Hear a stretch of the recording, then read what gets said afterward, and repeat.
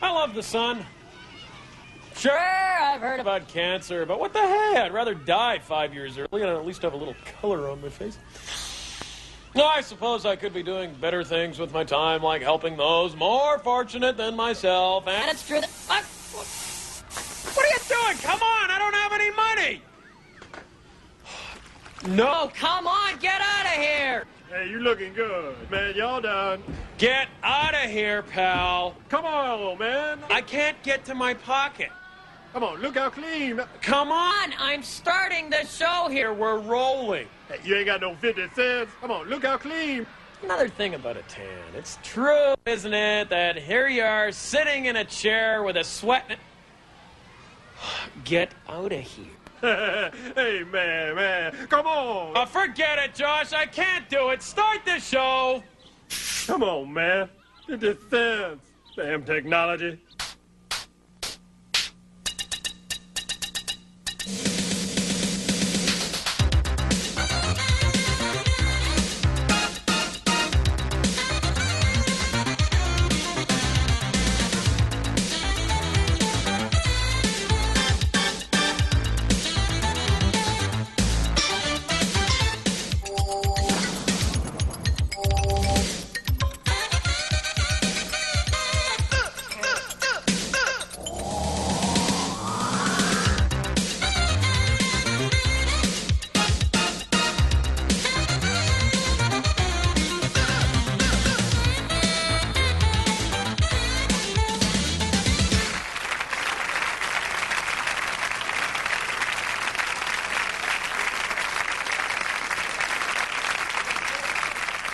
Hi, and welcome to the show. It's got everything, including guests, but more important, me. Entertainer, writer, talk show host, a recording star, all-round TV personality, and Catholic impressionist. Give me a W! Give me an E! Give me an R! Give me a Z! Give me a U! Give me an M! Give me a P! What's that spell?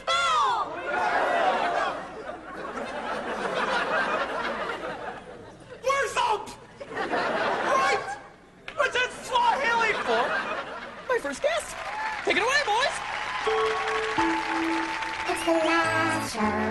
Oh no, a couple of guests, then time to go. So don't be polite or we'll be here all night. Get it right, it's the last show.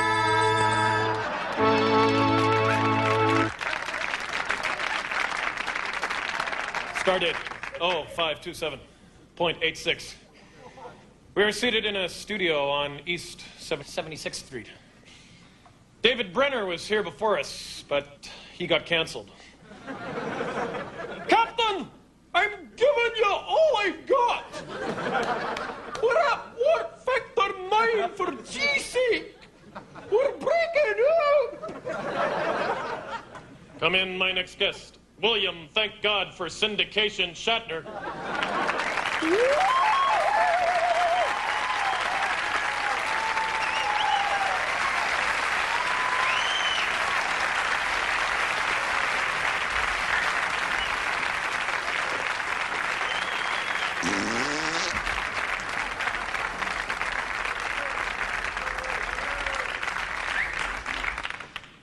How's it going, stud throb? This is so weird. Not half as weird as talking to one of my favorite heroes, Bill Shatner. Well, Bill, how do you account for all those T.J. Hooker fan clubs, T.J. Hooker conventions, fans who stay up late memorizing dialogue from episodes of Star Trek and T.J. Hooker and stuff? Huh? I'm wearing my T.J. Hooker ears! You're crazy. This is so insane. I'm talking to a television set. I mean, what would happen if I changed channels?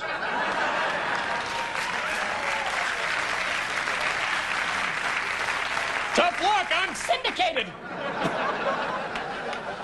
Bill, what do you think of this? Gene Roddenberry, the creator of Star Trek, has been quoted as saying, Yes. "My show was a vision of the future whose time had come. It would have succeeded without William Shatner as Kirk or Leonard Nimoy as Spock. We could have had Jack Benny and Buddy Hackett as Kirk and Spock." He's as crazy as you are.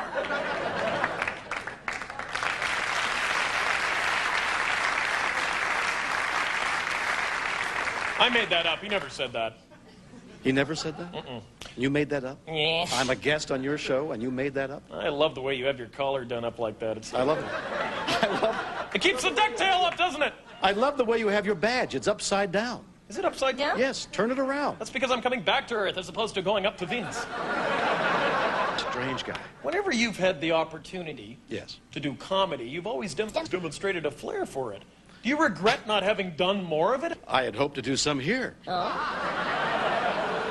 doing a pretty damn good job. You love horses, which is understandable. You also have quite an affection for Doberman pinschers. So what's the attraction to this vicious, psychotic animal? The Doberman, you mean? Yeah. Or you certainly didn't mean the horse. Well, the Doberman is a much maligned dog. It's gotten bad publicity by biting people. Most of us recall, with great pleasure, the episode on the planet Catella 4 when Kirk, in order to help Mab defeat Cross and allow Ellen to give and live and give birth to a beautiful son, was forced into attacking the Klingons with bows and arrows. My favorite episode. You remember it? No, but it sounds like my favorite episode. Coincidentally, William Shatner has a tremendous interest in archery. He really does. Does that interest date from that series episode? And do you keep in touch with Mab, Ellen, and her son? There is a real choice here. Should I answer that question seriously? Yeah, shoot. Or shall I shoot an arrow and make a point? Beam me up, Scotty. He's disappeared and left me hanging. I don't know what to do now. Hello, Max? Just a joke, Bill. I'm trying to appreciate it, Max. But it brings up an interesting question about beaming, doesn't it? I mean, wouldn't it be nice if we could use it in certain situations? Like now, you mean? Now, given that you played the lead on a TV show taking place in the future, how do you feel about the Star Wars defense system? Seriously. Seriously? Yeah. It'll never work. Really? No. How come? Max, believe me when I tell you. Give it to education.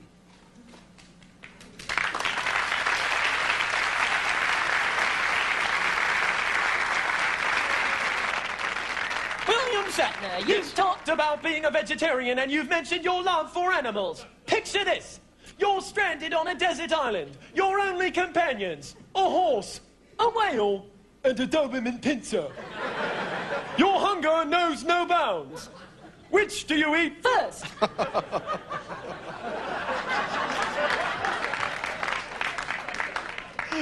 Oh, Max. Let's see, the Chinese would choose the dog. No. The Japanese would choose the whale. No. And, What are you left with? the horse's ass, right. Thanks for not screening our calls. Ladies and gentlemen, Mr. William Shatner.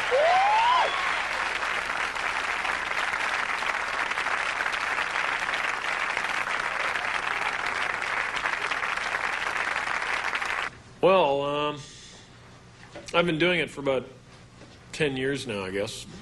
Acting the main part in confession interviews on TV. I suppose you could say I'm a professional silhouette. I haven't always done this. I started out in movies, same kind of thing, I guess. But in those days, I did a lot of shadow on the wall, shape in the doorway work. I did some great stuff. I was the black outline on the blind in Jack the Ripper Strikes Again. I don't know if you remember that. And I suppose my most famous role was the figure behind the shower curtain in Psycho. Beep, beep, beep, beep, beep. That was a good one. Those were great days. People still recognize me under street lamps and ask me about that scene, funnily enough. And then suddenly...